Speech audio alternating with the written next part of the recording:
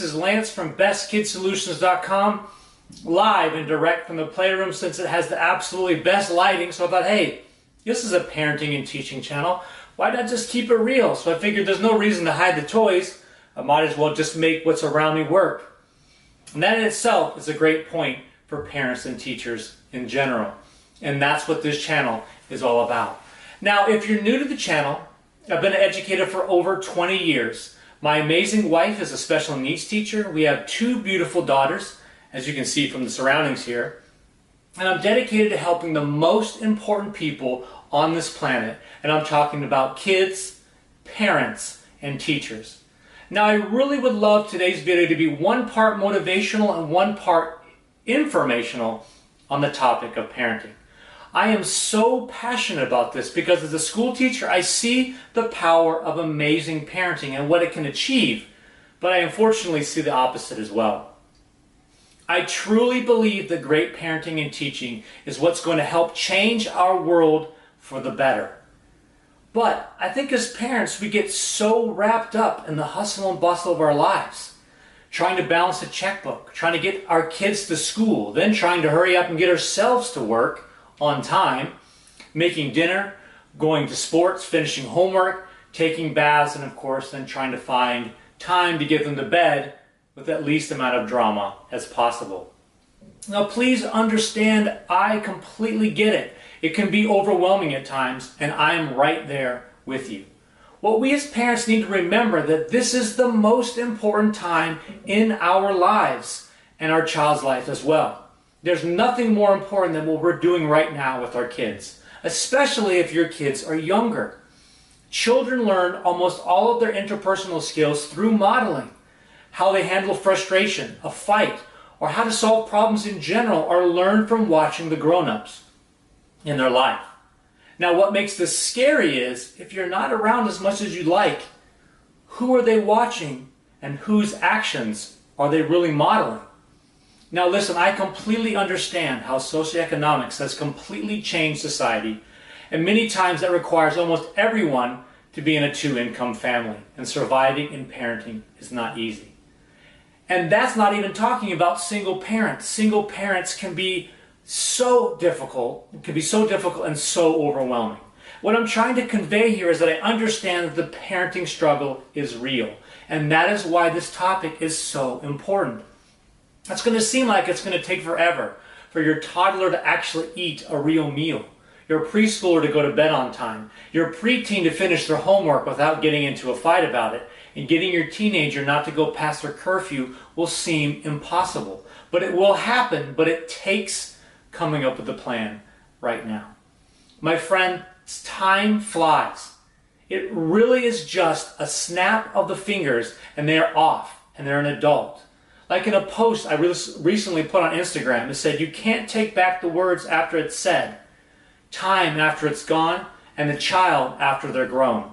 It is so true. The time you put in now, in the beginning with your children, will determine the results you get back in the end. Now everyone talks about their legacy and what they're going to leave for their family in the future, but what people don't realize is that you are the legacy for your children. How you model, teach, reward, discipline, and love your child is who they will be. You will live forever in how your children relate and communicate with the world around them. You are the most important person in their life, and you will single-handedly shape who they will eventually become. Guys, now is the time to set up a foundation of consistency and love and make it a priority for your life and your child's life as well. Now, I know you're like me. You would do anything to ensure that your little one, no matter how big they are now, are taken care of. And it just takes a second. Just a second to put your child, the most important thing in your life, in your whole world, back on top of your to-do list. An amazing gift has been put in your life, and you have the ability to guide them toward amazing things. Now listen, I know what you're thinking. Okay, Lance, that's great. I'm with you. I get what you're saying. So what do I do now? Well, I could talk about this subject forever because it's so important to me, because I see how it all plays out in the classroom and, of course, in my own life. But for time's sake, I'm going to break down two very important points that are reoccurring in all the research that I've done on the topic, and of course seen through my own experiences. Number one, behavior is communication. Now this and all portions of this information, of course, are all dependent upon the context of your situation and of course how old your child is. But many times misbehavior is the child not knowing how to handle certain situations. Children use misbehavior to teach themselves what are safe, what are appropriate, and how to communicate to get their needs met. Now, a young child might run into the street not knowing the dangers, but when the adult frantically tells them to stop and that it's unsafe, they've just learned a very important lesson. If they knew how to handle the situation in the beginning, there probably wouldn't be a problem. When misbehavior occurs, this is the perfect time to teach your child a better way to handle a situation, or even how to handle a problem in general. Let me give you a basic example. So a toddler wants their siblings' attention. So rather than going over and saying hi or showing them a toy or something, they go over and pinch their brother and sister. We've all seen this. Our first instinct is to automatically go straight into disciplining the child for pinching. And rightfully so, but if that's where the information stops, you're missing a great opportunity to teach your child how to better get someone's attention, which is the original intention. By teaching your child how to properly get someone's attention, you might actually stop the behavior. But just by addressing the pinching, they may realize that pinching is not nice, but they still don't know what to do when they want their siblings' attention. The next opportunity they have, they may hit or push, and the cycle continues because they haven't figured out the problem or how to handle it. Now, this isn't just for little ones. Parents shouldn't just assume that their children's behaviors are done purposely with disrespect in mind. Now, what's interesting is that scientists can predict a child's behavior based on their age. Misbehavior is a healthy part of our children's development, which makes teaching the first reaction to misbehavior even more important. Make sure they know how to handle the situation more appropriately, and when you dismiss the idea, that at least in the beginning, that they're not deliberately trying to disrespect you or to do something inappropriate on purpose, this will help you handle the situation with less emotion and focus on the teaching, which is a better way to handle the situation. The idea of teaching before disciplining has been a huge help both at home with my daughters and in the classroom. When misbehavior happens and the hair on the back of my neck starts to stand up, and I know we've all been there, I stop.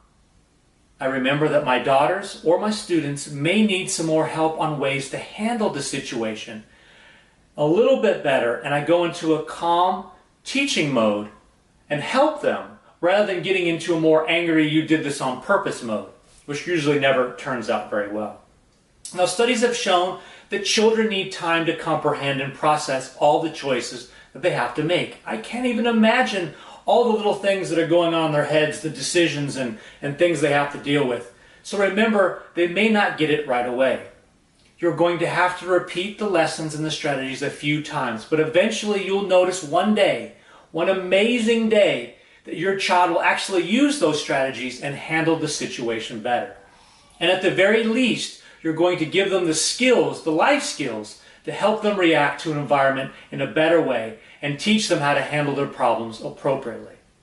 Okay, now that sounds nice and all right, but what about the question everybody's been thinking about? So what happens when they know how to handle the situation appropriately, but they deliberately choose to handle it incorrectly for their own benefit? We have all seen this, we've all been there. That leads us to the second point, which is consistency and boundaries. It is so important to set up boundaries and be consistent. It seems counterintuitive, but children actually feel safer when they have proper boundaries and structures around them. Now, when I say boundaries, I mean loving and well thought out limits that are placed on the child so that they know when they've gone too far or continuing outside the boundaries is actually unsafe. When a child has gone past those limits, it is so crucial to set up consistent consequences. But there is one thing for certain.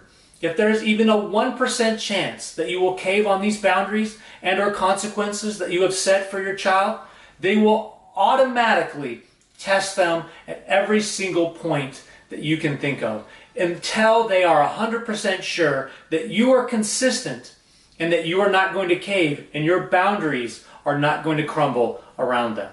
Now, I see this quite a bit in teaching and from students as well. Now, I see teachers that aren't consistent with their procedures and boundaries, and then they wonder why little Johnny isn't concerned with their directions. I see it in kids too. When a child comes from a home where there aren't proper boundaries, they're pretty used to getting their way in what they want. And when the child has a teacher with solid boundaries and procedures, it can be a bit of a shock to the student.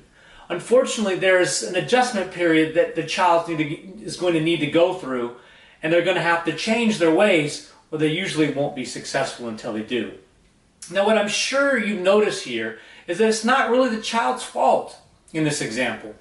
The child is just reacting to the environment that they've been taught to live in by the parents.